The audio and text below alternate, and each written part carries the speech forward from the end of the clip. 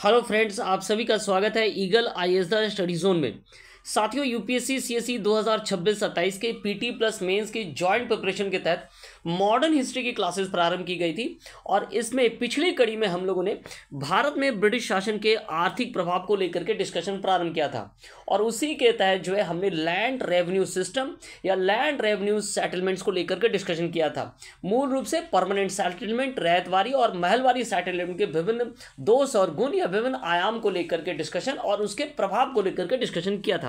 आज हम लोग भारत में ब्रिटिश शासन के आर्थिक प्रभाव को आगे बढ़ाते हुए मूलतः आज ड्रेन ऑफ वेल्थ थ्योरी को लेकर के डिस्कशन करेंगे कि भारत का किस प्रकार से आर्थिक दोहन हुआ, यह आर्थिक दोहन किन किन क्षेत्रों में हुआ और किस प्रकार हुआ। इसके साथ साथ इस बात की भी खोज या जांच करेंगे कि ब्रिटिश काल में भारत में क्या मूल रूप से विकास हुआ या विकास हुआ तो वो किस संदर्भ में हुआ, इसको लेकर के भी क्या करेंगे आज हम लोग डिस्कशन करेंगे। साथियों, ये जो डिस्कशन है वो हिस्ट्री ऑप्शनल पेपर 2 के economic impact on British colonial rule के अंतर्गत है और इसमें हम लोग मूल रूप से dislocation of traditional trade and commerce, deindustrialisation, decline of traditional crafts, drain of wealth theory को लेकर के क्या करेंगे डिस्कशन करेंगे। तो चलिए प्रारंभ करते हैं। सबसे पहले हम ये देखेंगे कि भारत में जो कॉलोनियल इंडिया था उसमें वो किस प्रकार था। 18वीं शताब्दी से लेकर के 20वीं शताब्दी के प्रारंभिक वर्षों तक इतिहासकार कहते हैं कि जो ब्रिटिशर थे वे भारत का दोहन कर रहे थे और ये जो दोहन हो रहा था वो मूल रूप से कहाँ देखा गया, तो ये मूल रूप से एग्रीकल्चर में देखा गया। क्योंकि भारत एक एग्रीकल्चर का देश पहले भी था और आज भी है। 1765 के बाद आपने देखा कि जैसे ही बंगाल, बिहार और उड़ीसा की दीवानी प्राप्त हुई, इनको दोहन करना था, इनको लगान चाहिए था और इन्हें तब भारतीय अर्थव्यवस्था की या भारतीय भाषाओं की या भारतीय हम कह सकते हैं ज्योग्राफी की उतना परिचय नहीं था। तो उन्होंने द्वैध शासन को अपना लिया और द्वैध शासन के माध्यम से भारत का दोहन होना प्रारंभ हो गया और इसका सबसे पहला जो प्रभाव पड़ा वो किस पर पड़ा, एग्रीकल्चर पर। क्योंकि भारत में बंगाल का जो क्षेत्र था वो एग्रीकल्चर के दृष्टिकोण से शुरू से ही, प्रारंभ से ही एक सरप्लस प्रोडक्शन का क्षेत्र रहा था और उसी सरप्लस प्रोडक्शन का जो है लगान के तौर पर आर्थिक दोहन प्रारंभ हुआ। चलिए, अब हम लोग इस बात को तो समझ गए कि आर्थिक दोहन की शुरुआत जो है एग्रीकल्चर से शुरू हुई। अब हम लोग इस प्रश्न को खोजने का प्रयास करेंगे क्या ब्रिटिश काल के दौरान किसी प्रकार का डेवलपमेंट हुआ है या पूरे ब्रिटिश काल को हम लोग किस प्रकार से देख सकते हैं भारतीय संदर्भ में। तो पूरे ब्रिटिश काल को जो है आर्थिक दृष्टिकोण से, इकोनॉमिक दृष्टिकोण से अगर देखा जाए तो इसे हम लोग दो भागों में बांट सकते हैं। एक तो हो गया 1857 के पहले का और दूसरा हो गया आपके 1857 के बाद का। तो ये पूर्व की स्थिति और पहले की। पूर्व की स्थिति का अर्थ है कि ये जो तब था ये ईस्ट इंडिया कंपनी के अंतर्गत ट्रेड किया जाता था, जो शासन था वो ईस्ट इंडिया कंपनी के हाथों में था। लेकिन 1857 के सिपाही विद्रोह स्पॉय मुती ने यह दिखा दिया कि भारत अब जागृत हो रहे हैं, भारतीय अब जो है चुप नहीं रहेंगे और इसके कारण ही कुछ हद तक जो स्पीड थी, जो गति थी, वो मध्यम गति को प्राप्त हुआ 1857 के बाद।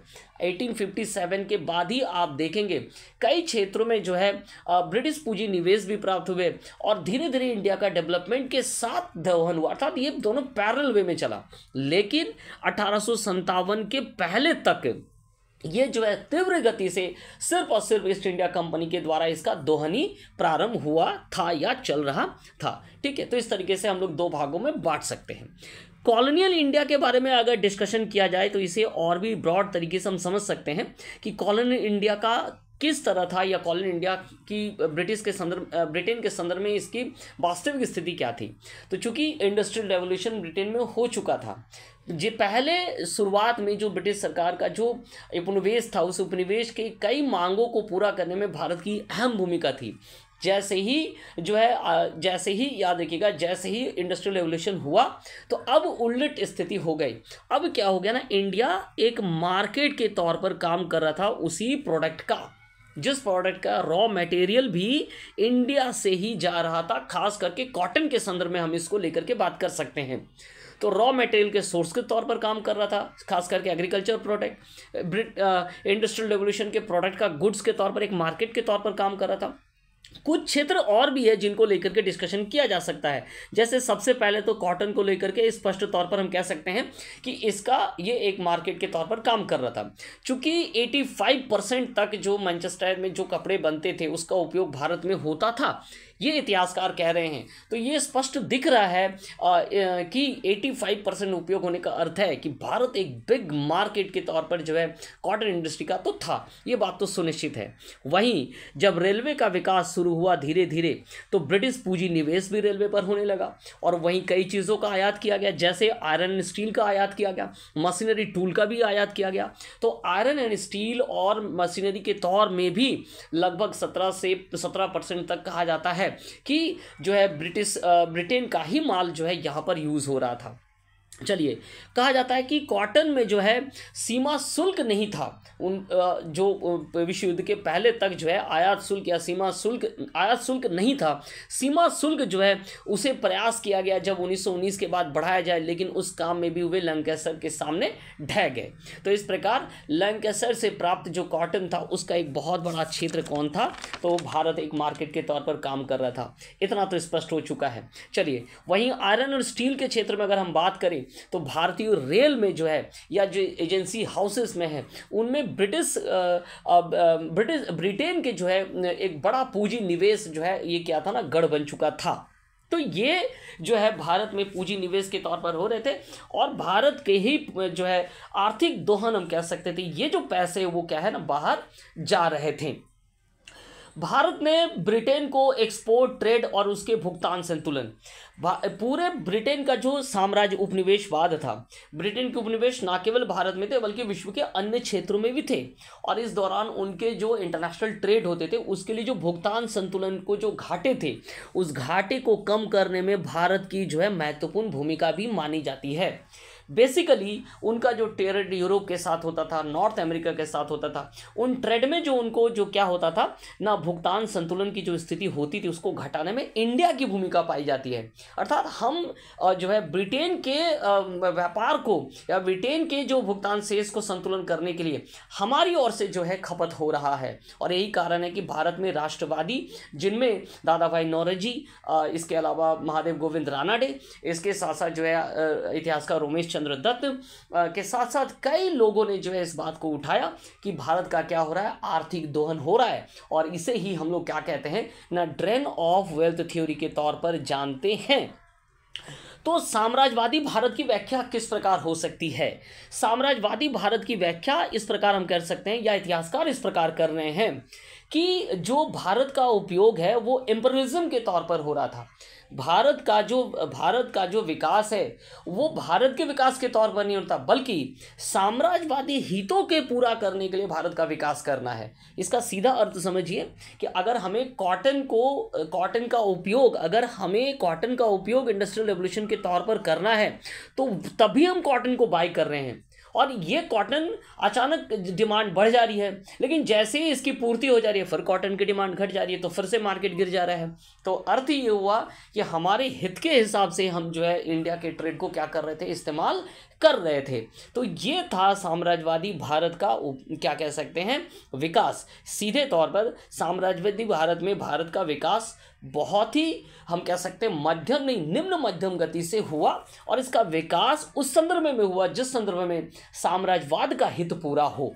ठीक है, चलिए, तो इस तरीके से जो है आगे हम लोग बढ़ते हैं। इसके अलावा सबसे महत्वपूर्ण चीज़ें अगर हम लोग देखेंगे, जो सबसे महत्वपूर्ण चीज़ आपको देखने को मिलेगा कि भारतीय जो टैक्स पेयर थे, जिनमें जो सैनिकों का जो खर्च होता था वो इंडिया के बजट में उस समय तक कहा जाता है कि 1/3 था, और ये सैनिक जो भारत के सैनिक का उपयोग जो है अलग अलग क्षेत्रों में जो है ब्रिटेन के द्वारा किया जा रहा था, तो इस सैनिक का खर्च भी भारत से पूरा किया जाता था।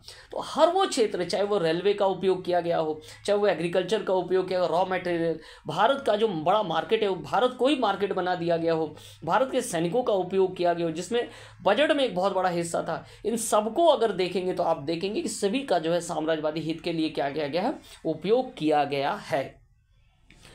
इतना सब होने के बाद ही आप सब ने देखा कि ड्रेन ऑफ वेल्थ थ्योरी कर जो है बाहर आया। इतना हम लोगों को जो है समझ में आ चुका है। अब हम लोग ये समझने का कोशिश करेंगे कि आखिर ये जो खर्चे थे वो भारत के ब्रिटेन के कौन कौन से जो अंग्रेजों के जो खर्चे थे वो कौन कौन सी चीज़ें भारत के द्वारा पूर्ति की जाती थी। तो अगर देखेंगे आप तो ईस्ट इंडिया कंपनी की जो विदेशी ऋण है उसकी पूर्ति भारत से की जाती थी। आर्मी का जो एक्सपेंडिचर है, हमारे आर्मी दूसरी जगहों पर थी, वहाँ युद्ध लड़ रहे थे, उनके खर्चे भी पूरा किया जाता है।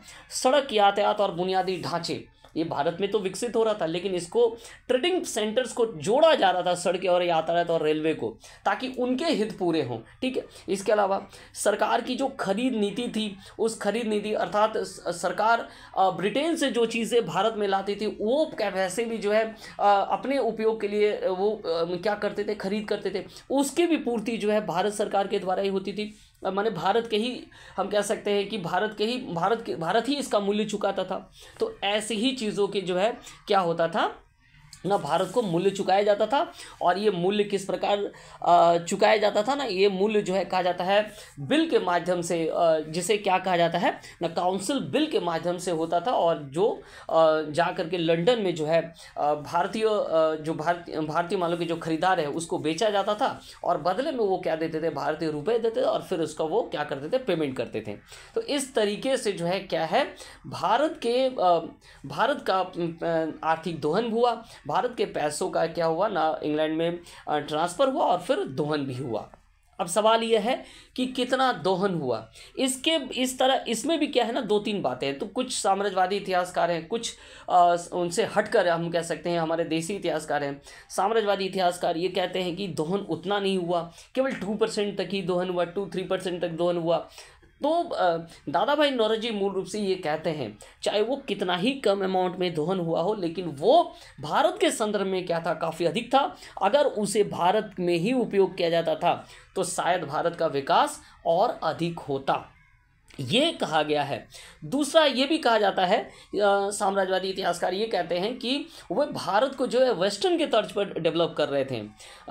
भारत को जो है कैपिटल मार्केट में ले जाया गया और उसके इकोनॉमी की तरफ खींचा गया, जिसके कारण क्या है ना, भारत के विदेशी निवेश, विदेशी ऋण और जो निवेश है वो क्या है ना, इसका उपयोग बुनियादी ढांचे के विकास के लिए किया गया था, ऐसा इनका मानना है। लेकिन आप देखेंगे कि जो भारत का विदेशी ऋण है वो मूल रूप से ब्रिटेन के ऋणों को चुकता करने में ही चला गया, और जो निवेश प्राप्त हुआ था वो ब्रिटेन का ही निवेश ज़्यादा होता था, और इनको ही सबसे ज़्यादा क्या होता था, फायदा प्राप्त होता था। तो सीधी सी बात है, उपनिवेश की जो अर्थव्यवस्था है, अर्थात भारत की अर्थव्यवस्था का उपयोग जो है साम्राज्यवाद किस तरीके से कर रहे थे ना, अपने आवश्यकता के अनुसार वो कर रहे थे, अपने हिसाब से वो ढालने की कोशिश कर रहे थे या किया गया उनके द्वारा। चलिए नेक्स्ट क्वेश्चन है कि क्या भारत में किसी प्रकार का वास्तविक विकास हुआ। तो ये जो है वास्तविक विकास को हम लोग कई संदर्भ में देखेंगे, एग्रीकल्चर के संदर्भ में, इंडस्ट्रियल के संदर्भ में, जो ट्रेडिशनल क्राफ्ट्स है उसके संदर्भ में देखने का प्रयास करेंगे, इंडस्ट्री के संदर्भ में देखने का प्रयास करेंगे। तो सबसे पहले हम ये देखेंगे कि एग्रीकल्चर के संदर्भ में क्या कुछ हुआ। तो देखिए, जहाँ पर परमानेंट सेटलमेंट था, परमानेंट सेटलमेंट वाले पे आपको छोड़ करके जहाँ रैयतवाड़ी और महलवाड़ी जो सिस्टम लागू किया गया था, या सीधे कहेंगे तो वेस्टर्न पार्ट ऑफ इंडिया, जहाँ से ज़्यादा टैक्स मिल सकता था, डायरेक्ट टैक्स जो उनको मिल रहा था, तो इन डायरेक्ट टैक्सेस में उन्होंने काम किया एग्रीकल्चर के क्षेत्र में, खास करके सिंचाई के क्षेत्र में काम किया। लेकिन कहा जाता है कि ये जो है वो कुछ ही लोगों तक सीमित हुआ, अर्थात जो संपन्न जो किसान थे, फार्मर थे, उनको ही इसका लाभ प्राप्त हुआ। और सबसे बड़ी जो डेटा इतिहासकारों के द्वारा दिया जा रहा है वो ये कि 1920 से लेकर के अगर 47 तक बात की जाए तो जो अनाज का उत्पादन का जो दर है वो जनसंख्या के वृद्धि की तुलना में कम रही। तो सीधा यहाँ पर सारी चीज़ों का उत्तर हो गया कि आपका जो एग्रीकल्चर है हमारे ब्रिटिश पीरियड के दौरान कितना हुआ। इसका उत्तर इतिहासकारों ने दिया किस प्रकार कि इस दौरान जो अनाज का उत्पादन है, जो फसल का उत्पादन हो रहा है या जो खाद्यान्न का उत्पादन हो रहा है वो जनसंख्या वृद्धि की दर से कम है। तो ऑब्वियसली है, अगर जनसंख्या वृद्धि की दर से कम है तो इट ब्राउट फेमिन्स। और यही कारण है कि भारत में बार बार फेमिन हुए। 1770 का बंगाल का फेमिन हो गया, फिर 1940 के दशक में जो बंगाल में भारत में फेमिन हुए, कई बार महाराष्ट्र में 1870 के दशक में फेमिन हुआ। इन फेमिनों का मुख्य कारण क्या था कि अनाज का उत्पादन जो है जनसंख्या की दर से क्या था, कम था। चलिए दूसरा प्रश्न ये खोजने का प्रयास करेंगे कि कृषि का व्यावसायीकरण जो कैश क्रॉप्स के दृष्टिकोण से कितना व्यावसायीकरण किया गया। तो खास करके उन्हीं चीज़ों का व्यावसायीकरण किया गया जिनको इनसे फायदा था। जैसे पूर्वोत्तर क्षेत्र में खास करके बंगाल बिहार के क्षेत्रों में जो है नील की खेती को जो है ज़्यादा से ज़्यादा बढ़ावा दिया गया और इसके लिए जो है बागान मालिकों को पेशगी रकम भी दिया गया ताकि वो क्या करे, किसानों को रकम दे करके नील की खेती करवाए। अगर वे रकम ना ले तो एक क्या हो गया, काउंटर जो है क्या ना उलझन की स्थिति हो गया और इस काउंटर उलझन स्थिति के कारण क्या टकरार हुआ और इसी के कारण आपको याद होगा 1859 और 60 में जो है हमें इंडिगो मूवमेंट देखने को मिला, जो है विश्वास ब्रदर के माध्यम से या दिगंबर विश्वास के माध्यम से हमें ये देखने को मिला। तो ये कारण था, व्यावसायीकरण किया गया लेकिन अपने संदर्भ में। इसके अलावा कैश क्रॉप्स प्रोडक्शन की मांग का बढ़ने का कारण क्या था, किसान जो सरप्लस प्रोडक्शन कर रहे थे वो सरप्लस प्रोडक्शन लगान से कई मायने में कम था, तो ऑब्वियसली उनको चाहिए था कि कुछ मुद्राएं उनको मिले और इस मुद्रा के लिए वो क्या करना चाहते थे ना, मालगुजारी की जो भारी मांग थी उसको कैसे पूरा करें, मालगुजारी भी देना है, लगान को नगद के रूप में देना है, इन सब के लिए जो है जब उनके ऋण में बढ़ोतरी भी हुई और जब उनके ऋण में बढ़ोतरी हुई तो वो कैश क्रॉप्स की ओर भागे। तो व्यावसायीकरण हो चुका था। तो व्यावसायीकरण अपने मन से नहीं हुआ, ऋण से मुक्ति के लिए, मालगुजारी की बढ़ती मांग को कम करने के लिए, जो है भुगतान को देने के लिए जो है क्या है ना, कैश क्रॉप्स की ओर बढ़ना चालू हुआ। और कैश क्रॉप्स को जो है कुछ कई बार जो है इंटरनेशनल घटनाओं से भी जो है प्रॉम्प्ट हुआ। जैसे अमेरिकन सिविल वार 1860 के दौरान क्या हुआ ना, खूब जोरों से जो है आपका कॉटन कपास की मांग बढ़ने लगी। तो जो है जो डेक्कन का प्लेट्यू है वहाँ खूब जो है ना इसका मार्केट जम गया, लेकिन बाद में ये देखा गया जैसे ही ये विद्रोह खत्म हो गया तो फिर ये मार्केट गिर गया। और इसी के संदर्भ में आपने देखा कि 1870 के बाद क्या देखने को मिला, एक रिवॉल्ट भी होता हुआ देखने को मिल रहा है। जब किसान समस्या में पड़ते हैं तो उनके रिवॉल्ट वो हमें देखने को मिला। ठीक इसी प्रकार की स्थिति जूट के संदर्भ में थी, जिसे सुनहरा फसल कहा जाता था। जूट का इस्तेमाल भी लोग किसान इस संदर्भ में कर रहे थे कि वो इससे कुछ कमा लेंगे और जूट में भी सेम प्रकार की जो है स्थितियां थी। और ऑन एन एवरेज हम ये कह सकते हैं कि जो फसलों का उत्पादन है वो जनसंख्या वृद्धि से पीछे रहा। अर्थात सारे एग्रीकल्चर इम्पैक्ट को हम लोग इतिहासकार के इन शब्दों से समझ सकते हैं कि फसलों का उत्पादन, खाद्यान्नों का उत्पादन जनसंख्या वृद्धि से पीछे रहा। ये हो गया इसका लास्ट आंसर हम कह सकते हैं। चलिए अब आगे हम लोग देखेंगे कि और भी बहुत सारे ऐसे क्षेत्र हैं जिन पर क्या प्रभाव पड़ा, उसको लेकर के थोड़ा डिस्कशन कर लेते हैं और शॉर्ट में ही हम लोग डिस्कशन करेंगे क्योंकि ये एक बहुत बड़ा क्या है ना इसका डायमेंशन है। अगर आप इसको ज़्यादा से ज़्यादा लिखना चाहे नोट्स बना करके लिख सकते हैं। दूसरा जो महत्वपूर्ण था वो था रेलवे। ये बहुत बड़ी चीज़ें हैं, इन्होंने कह सकते हैं कि जो है दोहन के रास्ते को पूर्ण रूप से खोल दिया। और कई बार ये भी कहा जाता है कि भारत का विकास हो रहा है, लेकिन भारत का विकास क्या कई गांवों को जोड़ा गया या सिर्फ उन ट्रेडिंग पॉइंट्स को जोड़ा गया जहां से जो है लाभ हो, या सैनिकों के आवाजाही को उन क्षेत्रों में जाने के लिए जोड़ा गया जहां विद्रोह की संभावना होती है। तो रेलवे का उपयोग भी इसी संदर्भ में हुआ था, साम्राज्यवादी के हित को पूरा करने के लिए। 1853 में सेना के सुगम पहुंच के लिए डलहौजी द्वारा रेलवे का विकास पर जोर दिया गया। बंदरगाहों और कच्चे मालों के स्रोत के जोड़ने के लिए रेलवे का उपयोग किया जाता था। रेलवे पर ब्रिटेन की पूंजी निवेश भी काफ़ी हद तक थी। कहा जाता है कि जो है ब्याज पर जो है लोगों को आमंत्रित किया जाता था, जमीन जो है 99 वर्षों तक पट्टे पर दिए जाते थे ताकि वो इस पर काम करें और रेलवे का डेवलपमेंट करे। तो इन सब से ही जो है आर्थिक दोहन जो है होता रहा। तो रेलवे ने भारत का विकास कम और साम्राज्यवादी हितों का ज़्यादा से ज़्यादा क्या किया ना, आप हो सकते हैं उपयोग हुआ। रेलवे का उपयोग भारत के अंदरूनी क्षेत्रों के विकास के लिए कम हुआ, बल्कि विदेशी व्यापार को पूरा करने के लिए हुआ। साथ में रेलवे में उपयोग की जाने वाली मशीन्स हैं, रेलवे लाइन है, इवन कहा जाता है कोयले तक का भी जो है इंग्लैंड से आयात किया जाता था बहुत हद तक। ठीक है, चलिए अब हम लोग बात करेंगे इम्पैक्ट ऑन ट्रेडिशनल क्राफ्ट पर, दस्तकारों पर क्या कुछ हो गया। तो भारतीय हस्तशिल्प और दस्तकारों का तो विनाश हो गया।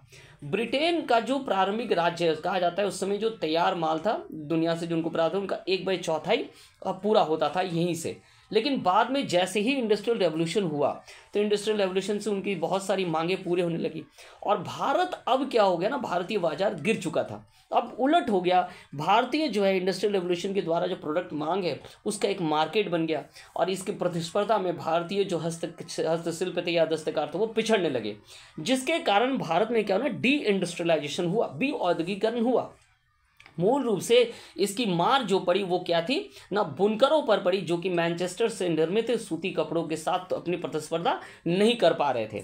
और ये इतिहासकारों के द्वारा एक डेटा दिया गया, कहा जा रहा है कि 1809 से लेकर 13 में जो कुल उत्पादन हुआ उसमें इंडस्ट्री का उत्पादन जो है पहले तो 18.6% था, लेकिन 1900 आते आते ये घटकर 8.5% हो गया। और अगर बुनकरों की जनसंख्या, इंडस्ट्री में जनसंख्या को लेकर के बात किया जाए तो ये 62% से लेकर के 15% तक हो गया। तो बुनकरों की स्थिति काफ़ी कुछ गिर गई थी। और यही कहा जाता है कि सबसे ज़्यादा जो मार पड़ा था वो दस्तकारों और हस्तशिल्प पर सबसे ज़्यादा मार हुआ था। और इन सब का सबसे मूल कारण क्या था? मूल कारण था एक्चुअली हम कहेंगे कि 1813 में जब भारत के जो व्यापार है उस पर ईस्ट इंडिया कंपनी का जो एकाधिकार है उसे मुक्त कर दिया गया, एवं भारत में जो ब्रिटिश कैपिटल का जो निवेश है अब वो क्या बन चुका था, लाभदायक क्षेत्र बन गया था। अब तक तो केवल सिर्फ ईस्ट इंडिया कंपनी के हाथों में थे, लेकिन अब इसे खोल दिया गया, ओपन कर दिया गया, और अब कोई भी पूंजी निवेश किया जा सकता था ब्रिटेन में। तो उन्होंने जो है रेल पर उपयोग किया, जूट पर किया, इंडस्ट्री पर किया, मशीन्स पर किया, टी गार्डन असम के चाय बागानों पर किया, कोयले पूर्वोत्तर के क्षेत्रों में जो कोयले खदान है उन पर किया। तो इन सब के बीच में हम इसे देख सकते हैं। साथ में ब्रिटिश कंपनी और भारतीय कंपनी के मध्य एक आर्थिक पक्षपात तो हमेशा देखने को मिला है। और इसका सबसे बड़ा उदाहरण असम के चाय बागानों में भी आप देख सकते हैं, जो कि 1833 में क्या हुए थे ना, विकसित हुए थे। और इन चाय बागानों को सरकार चीन से जो प्राप्त होते थे महंगे चाय, उनके प्रतिस्पर्धा में इनका जो है क्या किया गया ना, विकास किया गया था। और इसके लिए जो प्राइवेट ऑनर है उनके हाथों में दिया गया, बल्कि भारत के देसी निवेशकों के हाथों में नहीं दिया गया। तो एक प्रकार से उपेक्षा किया गया। तो 1950 तक जो है चाय उद्योगों पर, कहा जाता है कि 1950 तक चाय उद्योगों पर क्या है ना, ब्रिटिश पूंजी निवेश का प्रभाव देखने को मिला। ठीक है, ऐसी घटनाएं कोयले के खदानों के साथ भी थी। साथ में अगर बंगाल के जूट उद्योग की बात करें, बंगाल में जूट उद्योग का डेवलपमेंट 1855 से प्रारंभ होता है। चूँकि जूट का ये क्षेत्र है, रॉ मटेरियल के साथ सस्ते लेबर की भी प्राप्ति हो जाती थी, तो यहाँ फला फूला। और साथ में ऑस्ट्रेलिया में इसकी मांग बढ़ी, विश्व युद्ध के दौरान भी इसकी मांग बढ़ी, इसलिए ये युद्ध काफ़ी फल फूल चुका था। और इसमें जो सबसे बड़ा निवेश का भाग था वो क्या था ना, ब्रिटिश पूंजी का जो है सबसे ज़्यादा निवेश जो है इस क्षेत्र में हुआ था, जो कि इंडियन जूट मिल एसोसिएशन इसके उत्पादन को कंट्रोल करता था और नियंत्रित करता था, या उसके माध्यम से ही हुआ था। और इवन कहा जाता है 1929 और 1930 के जो ग्रेट डिप्रेशन तक इस जूट उद्योग ने जो है क्या है मुनाफा दिया था। तो हम ऑन एन एवरेज ये कह सकते हैं कि ब्रिटिश काल में जो कुछ भी जो डेवलपमेंट हुआ उसे डेवलपमेंट ना कह करके हम कह सकते हैं कि साम्राज्यवादी हितों को पूरा करने के लिए जो है भारत का दोहन हुआ। और इसे ही हम क्या कह सकते हैं ना, ड्रेन ऑफ वेल्थ कह सकते हैं, जिनको लेकर के दादा भाई नौरोजी के साथ साथ कई और राष्ट्रपति मांग कर रहे थे कि क्या है ना, धन का निष्कासन हो रहा है हमारे देश से, अगर इसका उपयोग हमारे देश में होता तो हमारा वो क्या होता ना, और भी डेवलपमेंट होता। तो ये था कॉलोनियल इफेक्ट या economical effect of British rule on India, जिसके तहत पेपर 2 का ये हिस्सा है। और उस सेक्शन को मूल रूप से ड्रेन ऑफ वेल्थ थ्योरी जो है, effect on traditional crafts, industry पर जो इफेक्ट है, डी इंडस्ट्रियलाइजेशन को क्या किया गया ना, आज डिस्कशन किया गया। तो हमारे साथ जुड़े रहिए eagle IAS the study zone में। आप सभी का बहुत बहुत धन्यवाद।